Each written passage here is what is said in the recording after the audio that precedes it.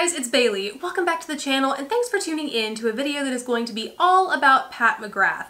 I have had her Mothership palettes for a while at this point and had every intention of doing a tutorial, like a multi-look-in-one tutorial using the Bronze Seduction Mothership 5 palette, I think it was, back in September when I first bought it, and just never got to it. I actually have the footage and just have not gotten a chance to edit and voice it over and upload it, whatever. So in this video, I'm going to be talking you through those looks that I created. I'm also wearing it today on my eyes as well. And I thought it would be timely because Pat McGrath is having like an unprecedented sale on her website. I've never seen her products discounted this much, 25% off. And if you're watching this video, you probably know her stuff is pricey. Like one of these, I believe, is 125 bucks. So it's not cheap.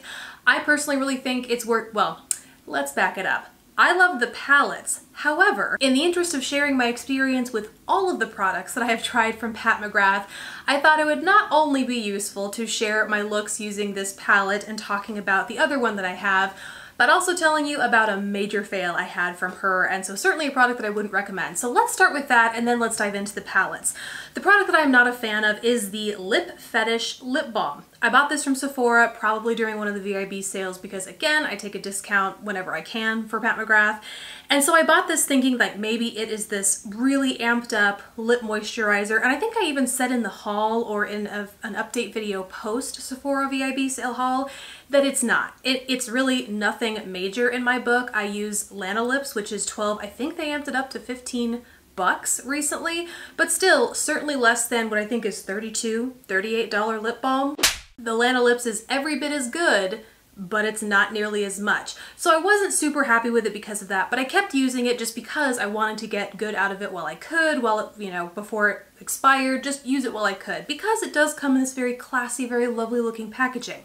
However, not long after starting to use it very routinely, I would use it before applying my makeup as a lip conditioner, making sure my lips were nice and hydrated, even prepared for whatever lip product I would apply with my look. You guys, you'll see it's eaten up in the close-up here. It is absolutely eaten up here on the side because this stuff is so soft that it kept pushing up back against the lid, and I wouldn't roll it up all the way. I'd roll it up about that high, and it was when it was about that high and I was applying it that all of a sudden this thing, please don't fall, please don't fall. Let's just play this safe. It just came off, and it came off right at the base of the actual lipstick. Like, it's so soft that it did not take that much nudging to just break it right off.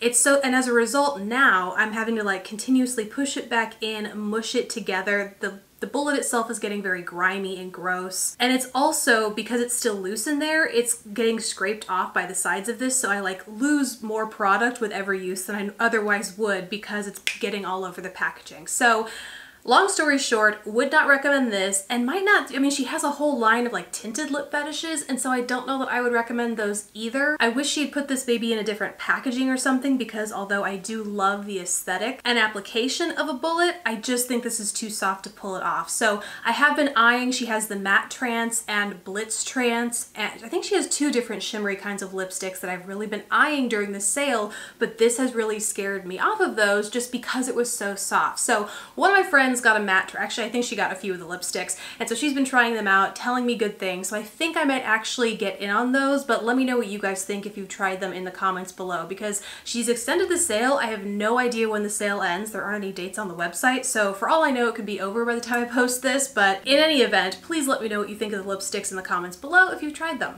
Okay, now on to the better news. I absolutely love her Mothership palettes. I started off first with the, nope, this is the 5, with the Mothership, oh, I forget, it doesn't have the number on the front of this, but it's this one that has the mixture of golds, purples, duochromes, and then your classic matte black and brown.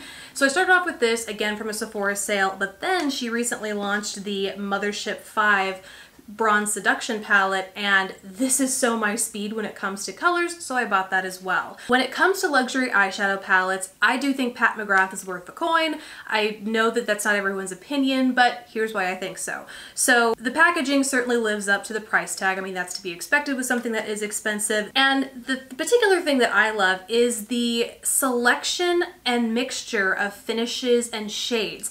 I just think both of the palettes that I've had and all the swatches that I see of these, and even the mini motherships where it's just 6-pan palettes, the collection and curation of eyeshadow shades is so well thought out. Like, she has your base shades, take Bronze Seduction for example, you have your base shades of what on me is a classic crease shade, like a lighter brown, then you have a deeper chocolatey brown and a deep eggplant purple. Then you have 2 satin shades here, 1 brown. This is actually, it looks like a champagne in here, but it actually has a pinky purple shift to it. And then you have, well, and this, I technically, probably a satin too, this hot, well, that even has more of an iridescent shift, but it's like a hot firecracker red. And then you get into the duochrome glitzy shades, and between the uniqueness of these shades, like having never seen them in any other palette that I own or have never seen them in any other palette on the shelves, between the uniqueness of those shades and the combination of them in these palettes, I just think it is the making for so many amazing looks. Now, I don't think you have to spend this kind of money to get this kind of quality. You could obviously curate your own palette using singles you buy from different brands. Although I would argue that I also still have not found brands that create the unique duochromes and kind of glitter shades that she has, but in theory, you could cobble one together. But I do think that is something really unique to these palettes. One recently that I got, just off the top of my head, and if you're looking for a more affordable alternative, another palette that does this really well, it's not the same kind of color story as either of these, but it's the Huda Beauty New Nude palette. That's another one that when I got it home and I opened it up, I didn't realize how complex and how diverse the textures were in there. They have a beautiful mix of mattes, like very romantic, pinky plums, dusty mauves, things like that. And then they also have these really interesting, like multi-chromatic iridescent shades. They have glittery shades in there. That was one that when I got it home, I was really surprised and really impressed with how well thought out the combinations of textures and shades were. So, and that one is, you know, it ain't cheap, but it's like 50 bucks. It's more than half the price. Less than half the price. More than half? You get what I'm saying. It's 52 bucks, so it's not inexpensive, but it's a little bit more accessible than something like a Pat McGrath in case you're interested. But anywho, back on track. In case you are just here to see swatches of these palettes because you already know, you pretty much already know you want them, you just want to see swatches of them, I will flash those up on the screen right now, and then let's go ahead and get into the looks. So for this first look, I went in with a fluffy crease brush into the shade Entrapment, which is the lighter matte brown tone in here. Ran that through my crease, buffing it out so it looked pretty seamless up there. Then I went into the deeper matte brown, which is Disobedient, and I pat that in the outer corner of my eye, slightly sweeping it up into my crease as well, just to add some drama out there and add some depth and dimension to this eye look. Then I went in with VR Fire Opal, which is this really incredible like duo slash trichrome that is this soft green that's a mix with kind of a taupe that's also a mix with this iridescent purpley pink shimmer depending on the angle you're looking at it. It comes off as green on my eye, but it will shift more so pink depending on the base that you apply it over. And so I just took my finger, well first I took my brush and then I took my finger because I find that really packs these iridescent or more granular sparkly shades on. I find that makes it easier to really build that pigment up across the lid. But I do just put it all over my lid from inner corner to outer corner. Then I went in with Astral Luna Gold, which is my go-to, well one of my go-to inner corner shades for this palette. It's my glitzy inner corner go-to for this palette, and I just dabbed it right there in my inner corner before applying mascara and lashes. So that was a super easy look, and actually now that I think about it, all of these looks were super simple. I think you can get really beautiful complex looks using just a few shades from this palette. So the next one plays more into the pinks and berries from this palette. So I first start out once again with that same crease shade, and then I took that deeper chocolate brown all across my lid this time. Not just to my inner corner, but I patted it all over. Then I went in with the Rose Gold shimmer in this, which is actually called Rose Gold 005,